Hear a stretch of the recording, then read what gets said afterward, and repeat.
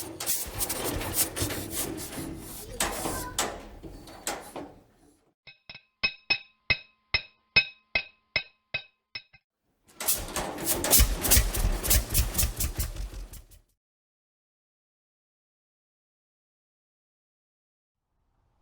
guys, how you doing?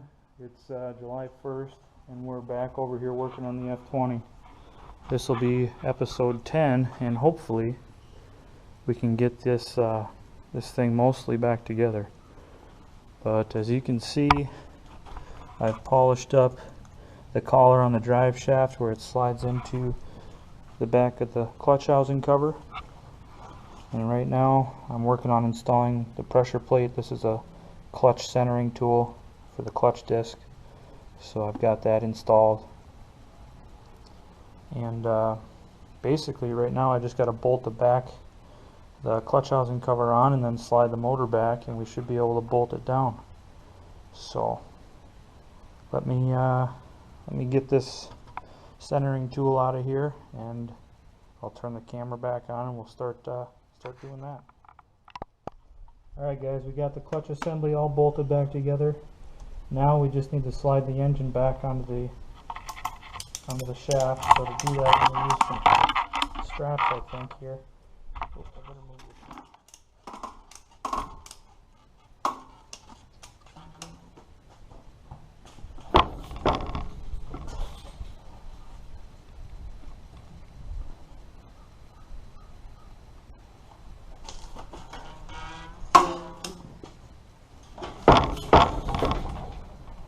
Basically, I'm just trying to get everything aligned here.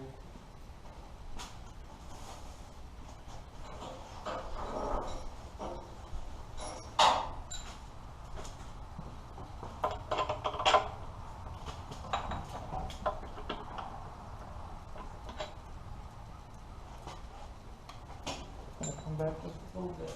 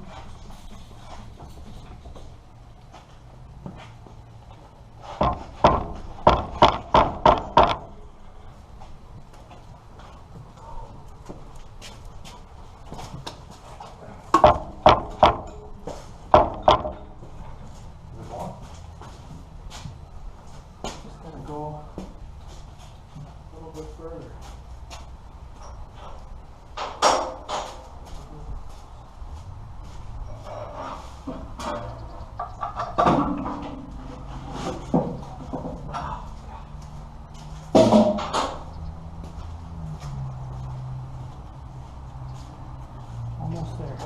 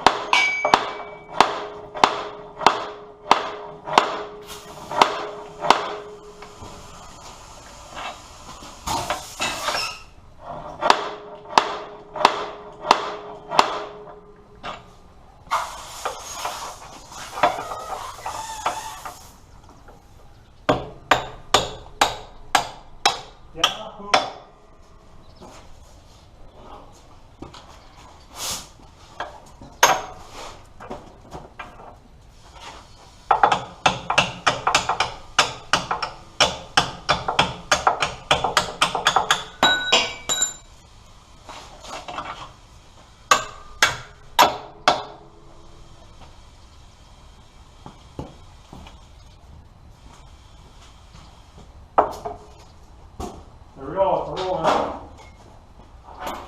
That's all we need.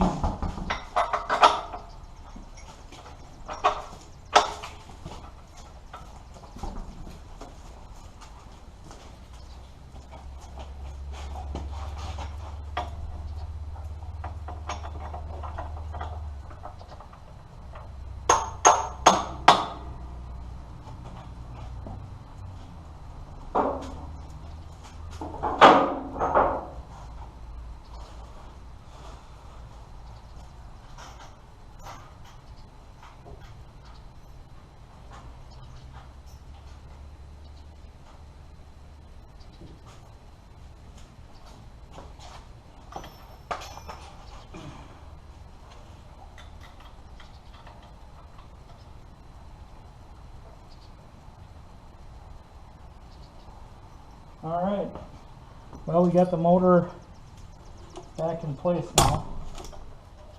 So from here, I think we'll put on the oil pan and cylinder head, and then we'll go from there. Okay guys, as you can see, the motor's tightened down. We put the head back on, and I've got the head torqued, and I've also got the push rods in.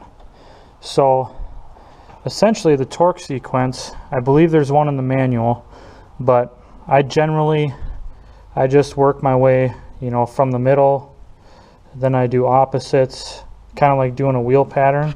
So you start in the middle, and then from there go opposite, you know, kind of at a crisscross pattern, and just keep working your way out at that point. So I think there's 3, 6, 9, 12, 15, I think there's 15 studs. So we'll go ahead and get the rocker arm assembly on, which is kind of tough because there's a spring in between the two. But we'll go ahead and do that and get some more video. Well guys, I've made quite a bit of progress today, but not as much as I wanted to, because well, basically this thing fought me the whole way, and I wasn't really, I guess I didn't have my head in the game, because I had to take things apart a couple times, because first of all I couldn't really remember how they went back together, and second of all I had to do some more cleaning. The push rod, the lifters for the push rods had a lot of crud down in them, so I had to clean those out. And anyways, we've got the cylinder head on and torqued, the rocker arms, push rods in and adjusted, so this is all ready to go. The oil filter canister is mounted. I've got the oil pan on and everything's tight there. I got a new dust shield from, I believe it was either Rice Equipment or Fordson House, I can't remember, but I got a new one of those. I've got a new fan shroud from one of the two vendors. I ordered a bunch of stuff from both vendors. So I got the manifold on, obviously the upper water pipe, because it has to be on in order to torque the head. So I got the manifold on. A friend of mine, huge shout out to my buddy Dustin. He's a pipe fitter, and he made me this pipe. It's about 28 inches long or so. So I'm just going to run this straight with a rain cap on it, and that's it. So I've got that done. I've got the lower water pipe on, and for now I plugged the water temperature gauge hole. And from what I've read, this is actually kind of a poor place to put the water temperature gauge, because this is the coldest part of the water, because it's boiling up through the top of the block and then down through the radiator, and it returns to the block through here. So this will actually be the coldest reading that it will get. So realistically it should be up here, which is where you find it on the newer models like the H&M and stuff like that. It's on the side of the upper water pipe outlet. So we had a couple things happen.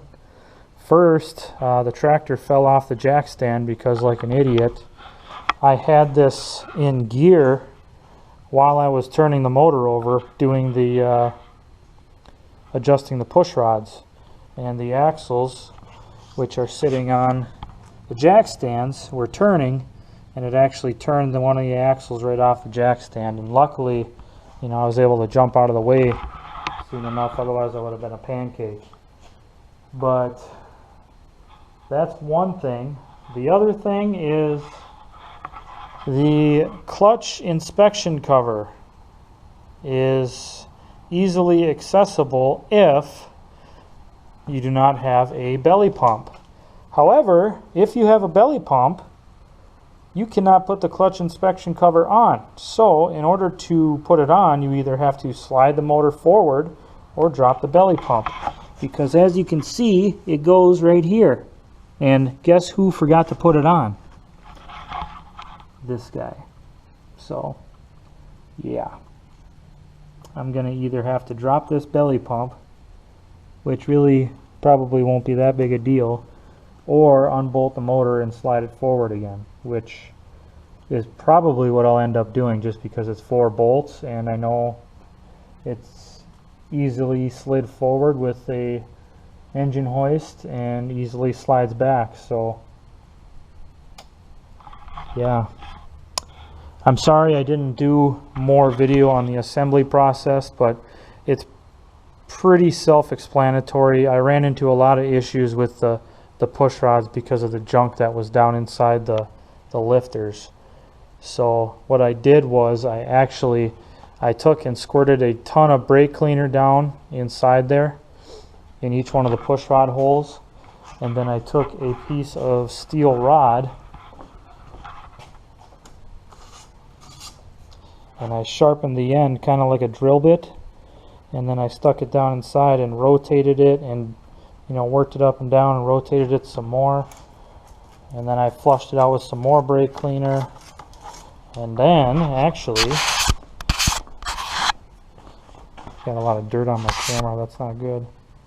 So, and then actually I took this piece of rubber hose and put it on the end of this air nozzle, so it looks something like this. And then I put the end of the rubber hose down inside the block, down into the push rod tubes, and I blew every one of them out as best I could. So I know I'm going to get a lot of flack for not pulling the camshaft and not pulling the lifters and cleaning them out, but you know what? I didn't have to break apart the timing cover or anything before, so I flushed it out as best I could, and I figure when it's running and the oil's moving around and getting hot, that will help flush things out, especially with the little amount of brake cleaner that's left in there. And then I'll change the oil again, you know, after a good amount of run time. So that's kind of where we're sitting. I think this is going to have to be one of those to be continued episodes, because I should have done a lot more filming, and I apologize guys, but this thing fought me every step of the way. When I was putting on this clutch cover, one of the bolts snapped because it didn't bottom out, but it must have hit a rough spot, and it just basically turned off because I was using the impact, which you should never do, but it snapped off, so I had to drill it out and clean up the hole with a tap. So it's been a long process, and yeah, anyhow, I'm going to take the radiator parts home with me, do some final cleaning on those, and reassemble the radiator at home, I think. And then that will be done and ready to go. So I'm not exactly sure the best way to put the radiator in either. I got to get a new fan belt as well. I got that in my truck. So the one that was on here is obviously very rotted. And hopefully by the next time I get over here, I'll have my upper radiator hose sent to me. They forgot to send it to me in my order, so anyhow, that's where we're sitting. We really don't have much to do. Mount the mag. I gotta put the carburetor together, and then mount that. I gotta mount the governor linkage from here that goes over to the carburetor. Get the radiator together, clean out the gas tank and the fuel bowl, and mount the gas and oil lines, and